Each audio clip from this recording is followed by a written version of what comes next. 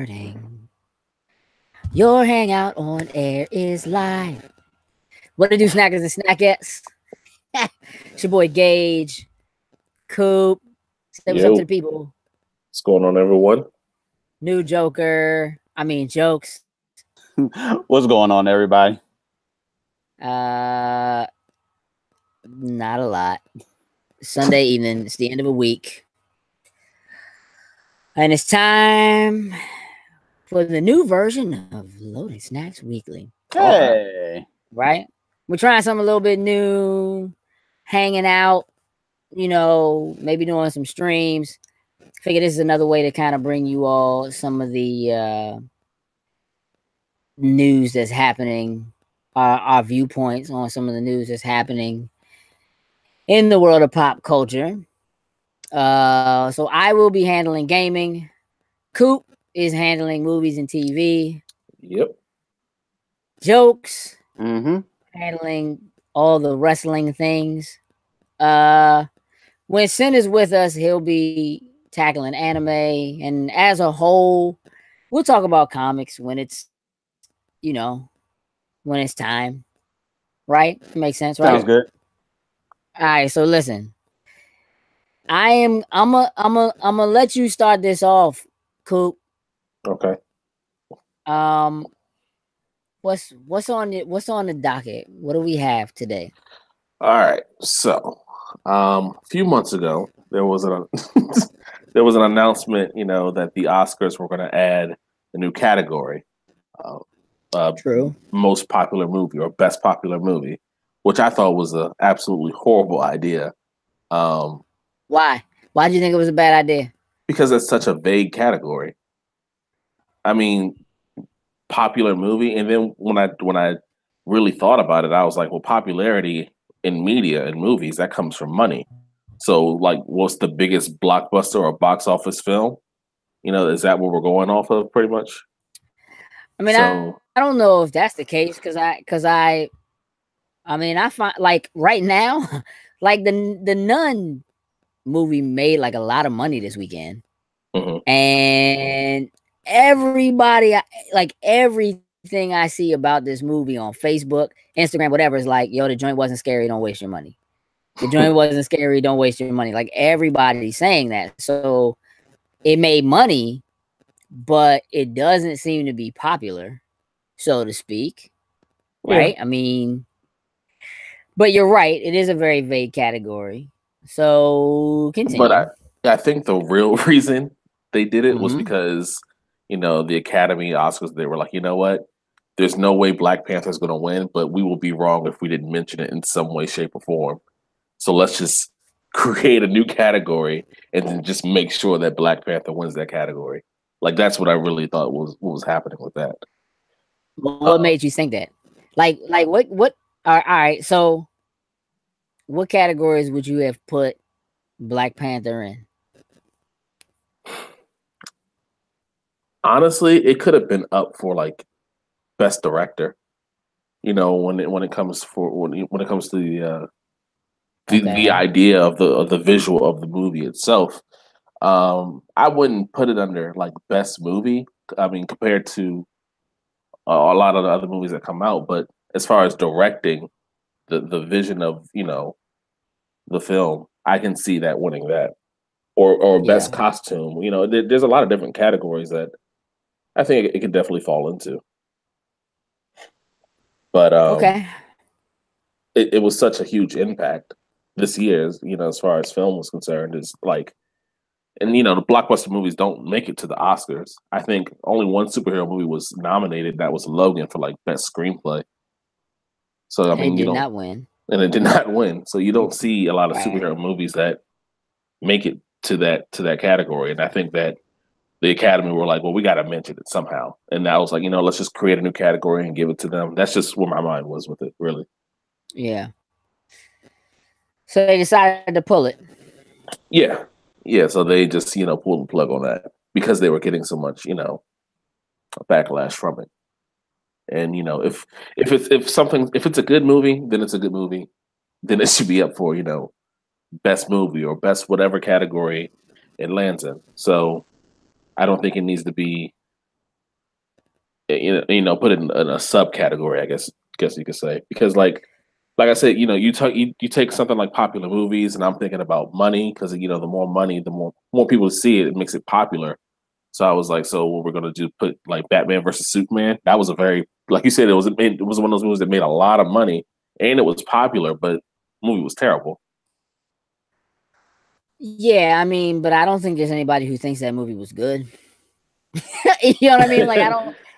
So I mean, I think if you take a movie like that and you have a category like that, then you have to have other films that also fall into that category. And I don't think that one would have won. Right. But I think that there's something to be said, right? For so in what I've been reading about this, I mean, I don't think it was something that was specific to Black Panther. I mean, maybe it could have been, but I think part of it is that the Oscars as a whole, as a show, is declining, like in its ratings. And a lot of times there are movies that win categories that like nobody's ever heard of. You know what I mean? Like nobody's ever heard of this movie. You know what I mean? It was some film at like Sundance Film Festival or something like that. And that's not to say that it's not a good movie. But it's like the majority of people who are, and a lot of times it does lead to a lot of popularity for a particular movie like that. Like a movie can kind of find the second wind or something like that when it does win an Academy Award. It is relatively unknown, or it's an indie film or something like that, and then it wins an Oscar, and people are like, "Well, who is this? Who is this actor? Who's this actress? Who's this director? What is this movie? I never heard of it." You know what I mean? Like it can kind of breathe a second wind into it, but because when they announced this category, they didn't specify how a film, gets included in the category, like what criteria it has to meet. A lot of the backlash was about the fact that people felt like they were pandering to audience that they want to watch the Oscars. So that movies that they like would win. And doesn't that make sense though, to a certain extent? Yeah. Like think about other award shows, right? Think about like the award shows that still do well for real are like Kids' Choice Awards, anything where like we as consumers get to choose what it is that wins. We get to vote on it. We get to make the decision. The issue is that nobody respects the Academy anymore, so to speak, right? Like we just don't care. Yeah, we just don't like. Yeah, when MTV were doing their movie I awards, guess. When they were doing their movie awards, and it was like they had categories like best fight scene. I'm like, oh, that's something I'm interested in. Like to do things like that in a way made it more interesting than just best director, best movie, right? And those things have become prestigious too, right? Because look, for all the awards that there are, like for all the Oscar nominated or Oscar award winning directors, or like somebody, let's say best score, right? It's not that somebody doesn't deserve best score, right, in a film, but I mean, let's be real, bruh. The majority of people don't go out and buy the score soundtrack for a movie. You know what I mean? Like you might really love it or like it, and sure, that person who did the score, if it's Danny Elfman or John Williams or whatever it is, like they do great work. We certainly appreciate it, but they don't necessarily deserve more recognition than the person who's the great fight choreographer who choreographs all your favorite fights in all your favorite movies. Like that person did a lot of work too. There's no award for best boy grip. You know what I'm saying? Like I don't know what the best boy grip does, but they don't have an award for it. I remember we talked about this before. It was like, somebody wins best actor, but then we don't know what happened behind the scenes where that actor was being like an ass, and then the director put him in that place to make sure he did his job. So it's not like, maybe he shouldn't have won best actor. He should have won best director. The other guy should have won best director. What the person who gets the award for best actor is maybe just the person who had the best editor, right? Because you have no idea how many takes the director made him take.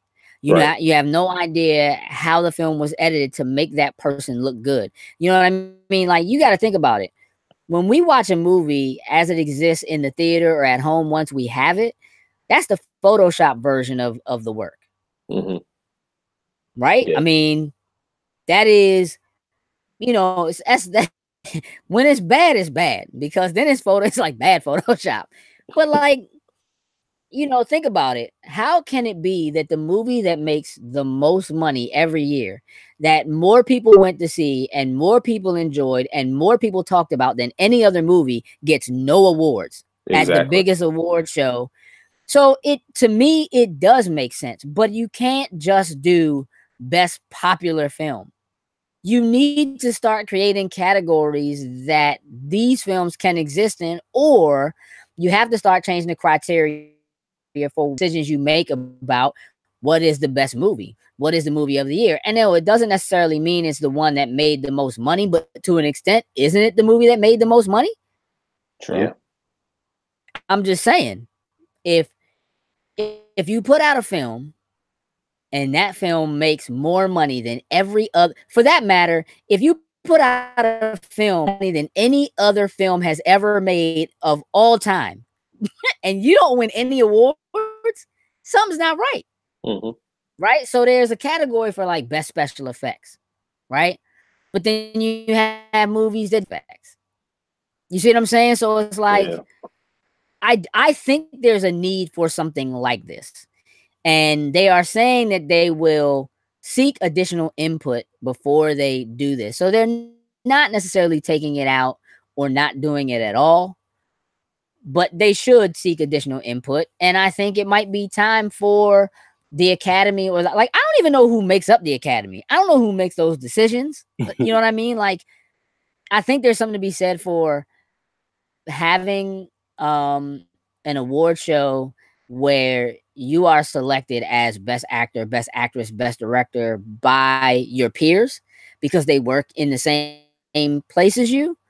But at the end of the day, man, there has to be something to be said for, there's got to be something great about a film that makes the kind of money that some of these films make, whether it is the direction, whether it is the editing, whether it is the special effects, whether it is the screenplay, whether it's the actors.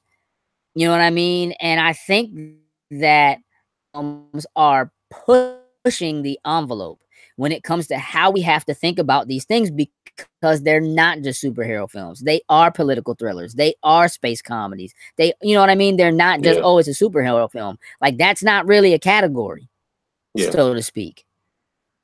But these are films that really could fit into many other genres, and I think it's shaking things up. And I personally, I like it. Yeah, I haven't watched the Oscars in a long time. Yeah, they're even saying that they're trying to cut the Oscars short, as a show, because it usually runs about like 3 hours at times, And they were like, they will probably do an award and then go to commercial, and then during that commercial have something where it's like, oh, these people won in this set, and then they may show like a piece of their speech, but just to make it go a little faster, so people could tune in and not stay there for 3 hours. But then again, that takes away from the actor or the person who won that award, who wants it to be recognized to their family or whoever it may be. I mean, at the same time, I don't know, man. Look, there's people who get awards for all types of stuff all the time. Mm-hmm. You're already an actor or an actress. You're already making money, and you can already say, like, whether it's televised or not, your ability to say that you're an award-winning, an Oscar-winning actor or actress, an Oscar-winning director, Oscar-winning, whatever. Yeah, like, that still matters. It won't not matter, but it doesn't necessarily need to be televised for everybody to see. So I think, you could pick a couple of categories or just make it so that only part of it is, the end of it, where you show all the biggest stuff. Movie of the year, you know what I mean? Just that kind of stuff. Like, we don't really need everything else. You know what I mean? And like, anybody who's an actor or actress who's winning that kind of stuff, man, you're people got to see you on screen. Yeah.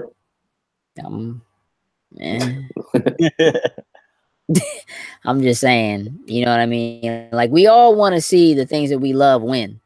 That's a big deal, but we have no idea who's voting on it. So the Academy might as well be the Electoral College. True. Yeah. So I think that shows like the People's Choice Awards and the Kids' Choice Awards and stuff like that, I think they do mean the most, and I think they will always mean the most because it is your fans speaking out and voting for you. And when you get it, it comes from the people who actually support you the most, you know, or whatever. And that's what we want to see, because that's the society we live in now. We live in a society where we have the instant gratification of Twitter and Facebook and whatever else is going on in social media, and we have an effect on things right then and there because we can vote and say so and make our opinions known. So yeah, we'll see where it goes in the future. What they'll add. Yeah. Jokes, before I get to you and what's happening in the wrestling world, I need to talk to the world about Spider-Man for a second. This guy right here. This guy right here. Try not to act jealous. And this guy right here. Guy right there. Yeah. And there. And we need to talk about this Spider-Man PS4. Marvel Spider-Man. We're not going to call it Spider-Man PS4 anymore. We're going to call it Marvel Spider-Man because that's actually what it's called.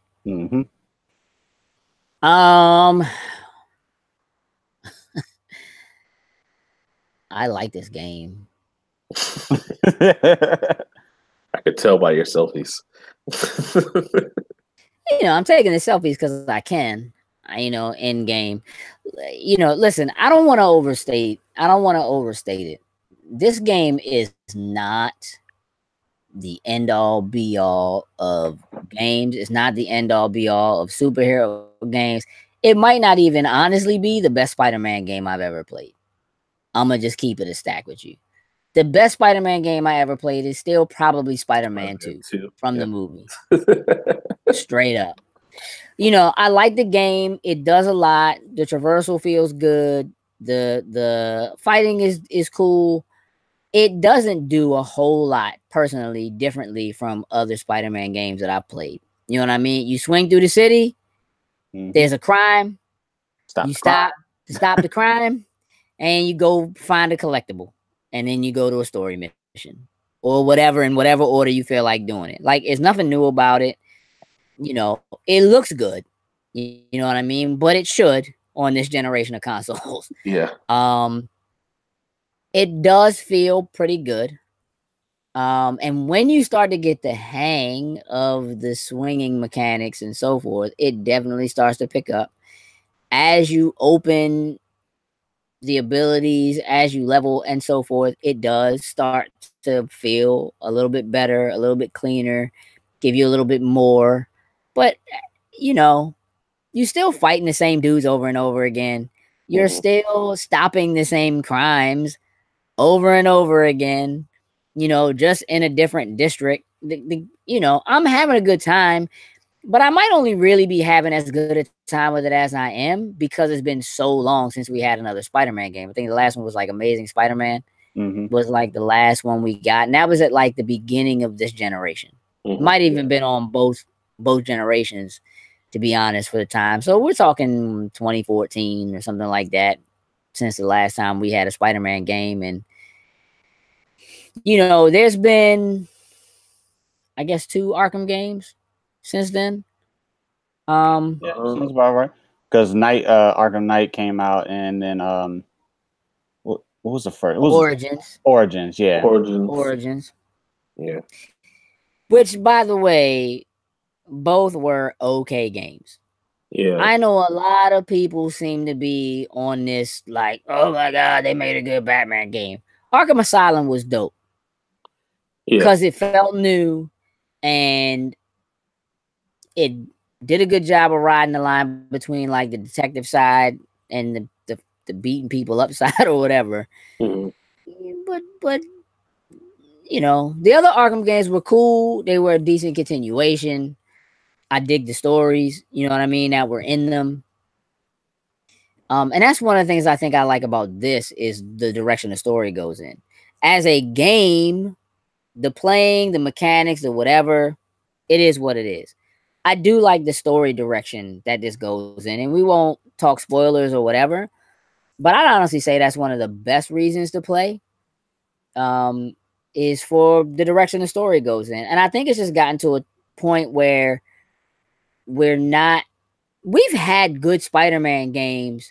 Beanox has done good Spider-Man games. Like Web of Shadows was good. Like there have been other games that had decent stories that weren't games that were based on movies that tried to follow the movie but didn't follow the movie because you need a lot more stuff to do. Right. And I think that the idea of this not being tied to a movie, but maybe being tied to a greater universe is a big deal. I think Insomniac did a decent job. The game still has the same corny quirks, like you're climbing up a building and there's like a ledge on the building and you can't climb past it. You know what I'm saying? Like this dude Peter Parker is Spider-Man, like you can't climb over that little ass ledge. Like that shit is so frustrating. There are definitely moments where like you can do something that's really cool, or you swing through something and he automatically like twists his body or does something so that, you know, you can just kind of keep your momentum going. But then there are definitely momentum stopping, game breaking, like, oh, I'm trying to collect this backpack that's stuck in this little stupid place on the side of a wall somewhere, and I'm like on top of the building and it's like almost below me but a little bit down the side of a building, so now I gotta jump off the building and then turn around and climb up the building to try to get to it, and he climbs up the building slow. You want to climb faster but you can't, because if you hold the button he starts to run, then you run right past the shit and then you jump over the building and now you're done leap past the building. Now you gotta go all the way back around. Like there are definitely some issues with this game, period. You know what I'm saying? It has the exact same issues that every other Spider-Man open world, open New York game has had. You're getting outside of New York, so yeah, like I like the game. I'm not that impressed. I like the game. What they've done with giving you different outfits and then having each outfit give you a different power or ability, smart. Good idea. I dig it. Making it so that that power is not tied to that outfit, smart. Even better idea, because there are some outfits I don't want to wear as much as I want to wear others, and there are some powers I like better than I like others. The way that you upgrade your gadgets, that kind of, like, I dig all of that kind of stuff. Like the RPG-ish elements of the game, I think work really well. But the joint definitely has some broken pieces. For sure. So while I'm enjoying the game, and I saw a lot of people go out and buy PlayStation 4 Pros for, right, Jokes? Yeah, we're not even gonna get into my issue with that right now, because that was I definitely was buying a PlayStation 4 Pro for this. That didn't happen. After playing the game, I'm kind of glad I didn't do that. Kind of. But I also want to say that I have seen some things that make me feel like this game is not going to stay a PlayStation exclusive. And here's why. There are moments in the game when you're doing the collectibles. They're actually funny. They brought this up on. I was already thinking about it, but they brought this up. Not that it might not be staying exclusive, but they brought this up on Up at Noon on IGN. So, like, when you're doing the collectibles, there's a collectible that he grabs that's like a portable game system, right? But it's not a Vita. It's some other kind of a hybrid thing. And it's like, if this was an exclusive to Sony, then why are you not just putting? Why would yeah? And then like there are game stores in the world, and when you look inside the game stores, like you can see people. There are consoles in there that look like Xboxes. They look like 360s. They look, you know what I mean? Like, so I don't know if that means they just pulled assets, but you would think, okay, Insomniac is making this game. Yes, this game is currently only on PlayStation, but Insomniac is not owned by PlayStation. Yes, they made PlayStation exclusives for a long time, but they have never been a first party. They're not Naughty Dog. You know what I'm saying? Like, they made Sunset Overdrive for Xbox, was their last game.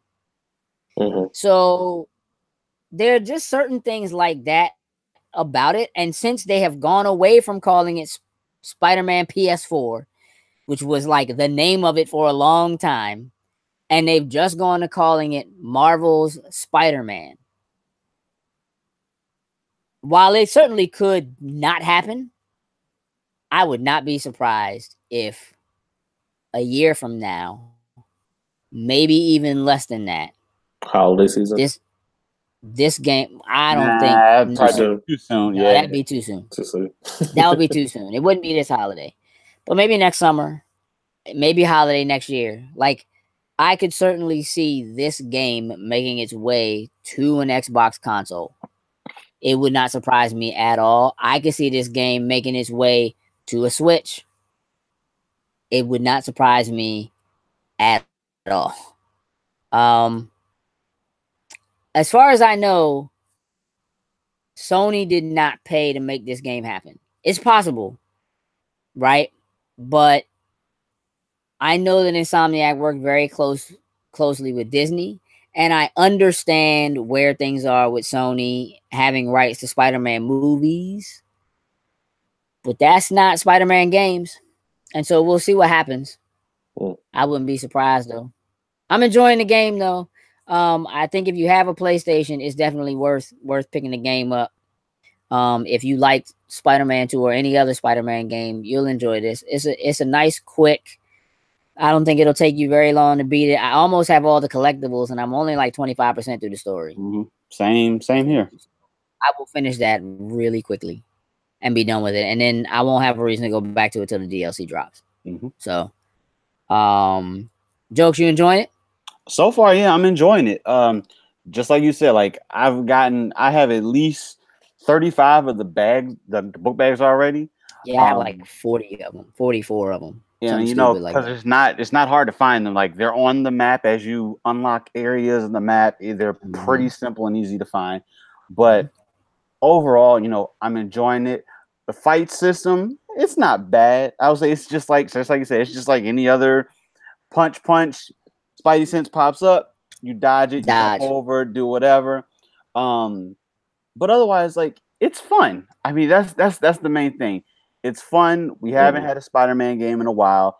I would say you would enjoy it. I don't think anyone, other than those few little issues here and there, but it's absolutely a fun time to do with it. And I'm planning on, just like you, I'm gonna probably have it finished maybe like in the next week or so, just in between other stuff that I'm playing. But yeah, not bad though.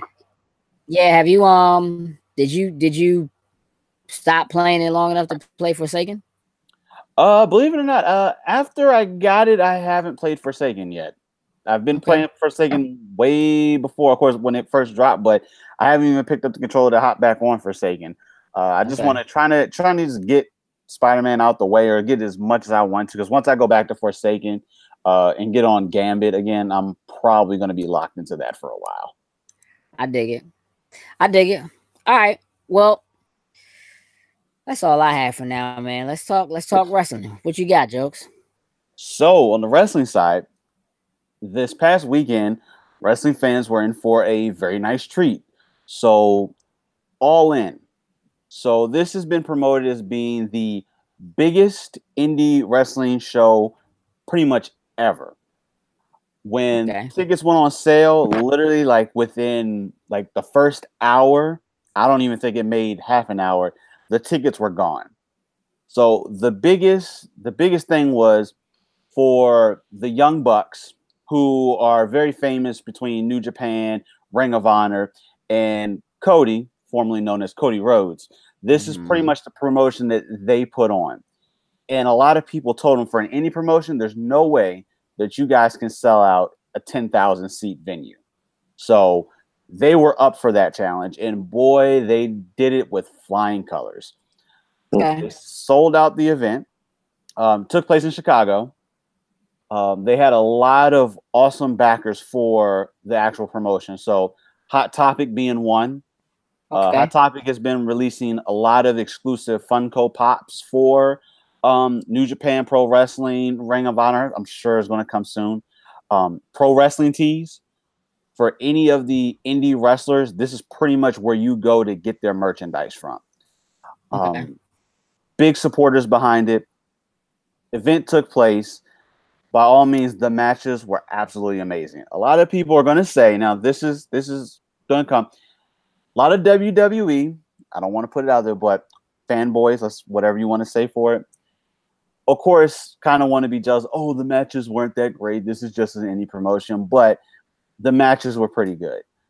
Just as a couple of them to kind of go over, Cody was fighting with Nick Aldis for the NWA World Championship.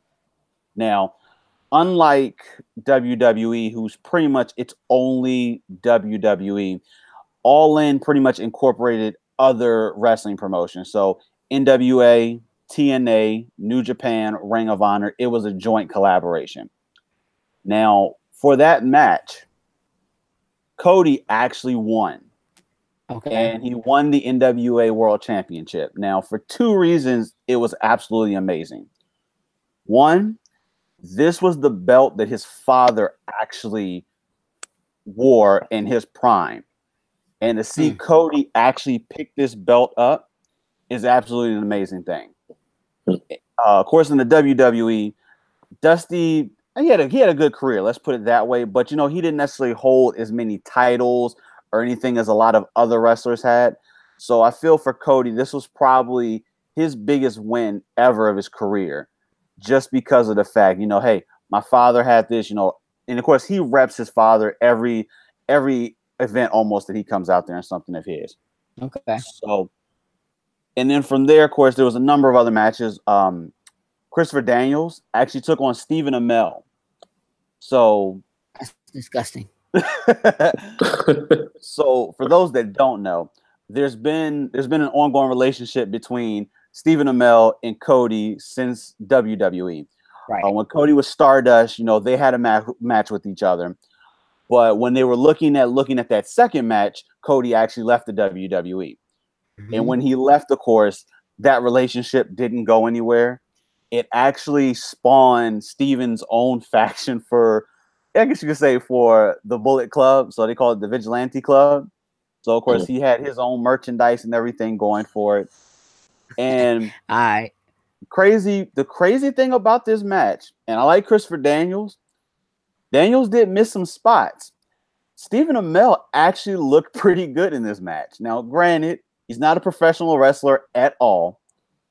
Right. But he's in good shape, of course, for doing Arrow, doing, of course, Teenage Mutant Ninja Turtles. So he can do his own stunts. He does all that. But the match actually was pretty good. It was actually something that you could watch as a wrestling fan and be like, you know what? Applaud to Stephen Amell for doing it. Did you pay for this? I did. So okay. What was it on? Like you pay? Okay, so they did a pay-per-view for it. They did a pay-per-view for it. So a couple of different ways that you can see it. Now, of course, if you have a PlayStation, you can actually purchase it right from inside of the PlayStation store, and you could have streamed it and watch it that way. This was probably the first time in a long time I've actually ordered a pay-per-view because, of course, WWE, you have the network, you just stream, you watch it from there. Right. Couple other options. Ring of Honor has their own version of similar to the WWE network. Now, with this particular promotion, it wasn't included, but you got a 50% discount on it if you were a member of their network subscription. So essentially, you pay $20 for the pay-per-view versus the normal $40 price tag. And then one other network, Fight, I believe it's called Fight TV, is what I believe it's called, was also doing the same thing where you could purchase it on their website and stream it as well too. So if you had like Roku, Apple TV. There were other boxes that you can watch it on outside of just the PlayStation. Right. Okay. Okay, cool. That's cool. Continue. So I mean, let me just, as a whole, you feel like it was worth it? Like how many matches altogether? Including the pre-show, it was 11. Okay. You could How long did it take? It went off at 11. Now, so for them, it was that, this is ending at 11. So the main event was actually a tag team match, the Golden Elite, and the previous match, which was Marty Scurll and Kazuchika, I got to say it right, Okada from New Japan. The match was phenomenal, but it went well over time. And you could tell because, signals and stuff going up all over the place. Like y'all got to end this. Y'all got to end this match. Great match, though. The Young Bucks at the end of the main event, you could tell the last 2-3 minutes of it was completely rushed because when 11 o'clock hit, the show, it ended. Not like this has been such and such for All In. We'll catch you at the next. No, match ended 1, 2, 3 pin count. They put their hands up, ended. Yeah, that's what didn't they do that? WCW, there was a pay-per-view that happened a long time ago. Obviously, WCW, and and then in the middle of the match, it just cut off because that was it went off their time, and people were so outraged and was trying to get their money back and everything. Because and it happened same thing. WWE, WWF at the time, when they only had the ability to have wrestling promotions through a normal pay-per-view channel, you were slated for those time slots. So it was you had to be done at 11. That's just how it was. Yeah, they had 3 more matches. It's over. Yeah. It's if you guys aren't done at 11, when 11 hits, it's we gonna roll your logo and the show is over. No ifs, ands, or buts. And this was, in that case, this is what happened. But you could tell, afterwards they interviewed the Young Bucks. And I thought it was very cool, very professional of them to, say that, guys, you know what? We kind of had to rush the end of that match just purely for the fact that we were running out of time and just square upset. And I thought that was the realest thing that they could have done at the end of the show. Where was the interview at? Where'd you see that? It was, so after it went off, they had cameras still there and they were still rolling. And then afterwards they uploaded stuff like Instagram, Facebook, all that type of stuff. And just they were thanking the fans, thanking everyone backstage for putting the show on, because they just had so many doubters. Everybody was this indie promotion is not going to be able to put on a show and have 10,000 people in here. But they thanked everybody, especially the fans, because obviously without the fans, there would have been absolutely no show. Right. And even the plus side of that, Pro Wrestling Tees, they made sports. It was ESPN, as a matter. It was either ESPN or Sports Illustrated. I don't know which one of them posted it, but they made well over $500,000 in sales, apparel sales, memorabilia, all that stuff for an indie promotion is absolutely insane. Yeah, I mean, $500,000. I mean, you split it amongst what, four different indies? 4 different promotions, or whoever, depending on how they were selling the products, specific wrestlers. But yeah, split between different wrestlers, promotions. Right. But from an indie perspective, because I mean, with a lot of indie shows, don't get me wrong, there's tons of great indie promotions that I feel are worth absolutely every dollar that you go to and you pay for them. Some indie promotions, you may pay $10 just to go in and see it. And that doesn't even matter where you sit in there. But for them in Chicago, in an actual arena, they had the flexibility to sell, lower price tickets, higher price tickets. But overall, the show was pretty good. I mean, I think personally, it made, typically when you watch a WWE pay-per-view now, I don't want to say you almost can kind of just say, oh, we know what's going to happen, and you really don't have that interest in there. But this could rival a whole bunch of WWE pay-per-views.